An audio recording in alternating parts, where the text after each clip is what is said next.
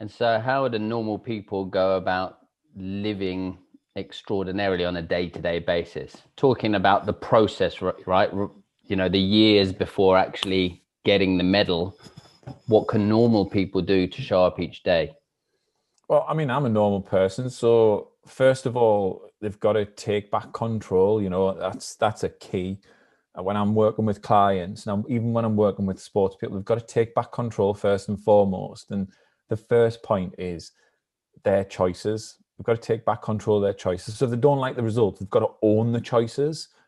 And again, it's not looking at blame or anything like that. And they did this or it's been done to me. Life doesn't happen to you. You happen to life. And it's that mentality of controlling your own mindset of what's passing through your mind on a minute by minute basis.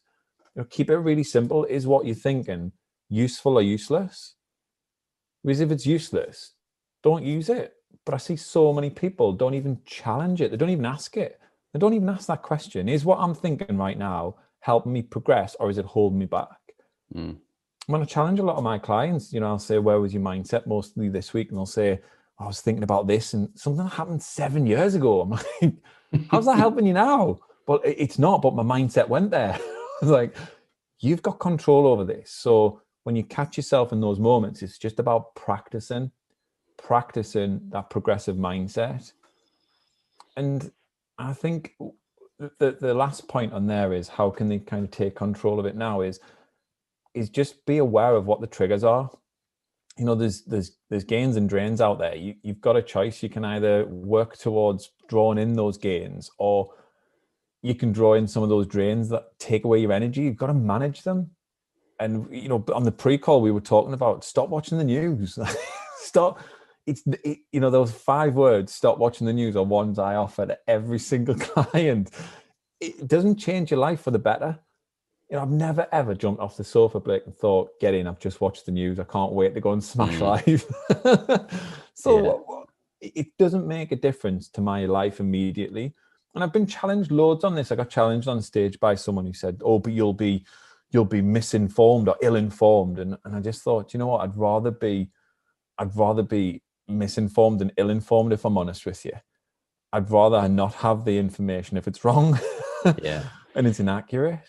Yeah, it's an interesting one. I mean, that we could go down a rabbit hole on this one, but the news is such a great example of it's something that our chimp brain, like the primitive part of our brain, its goal is safety, security, survival, right? That's all it is. And a lot of people don't realize that your brain is not there to make you happy. Yeah, it's not. And it's not there to achieve great goals. It's there to keep you safe. So anytime we step outside our comfort zone and we want to achieve things in the modern world, we're playing a game of tug of war against our chimp in our head that's really just all it wants to do is keep us the same. But one of the things the chimp does is it's obviously the guardian of our comfort zone. And it looks out for danger for us. So we are primed to look out for danger. Yeah.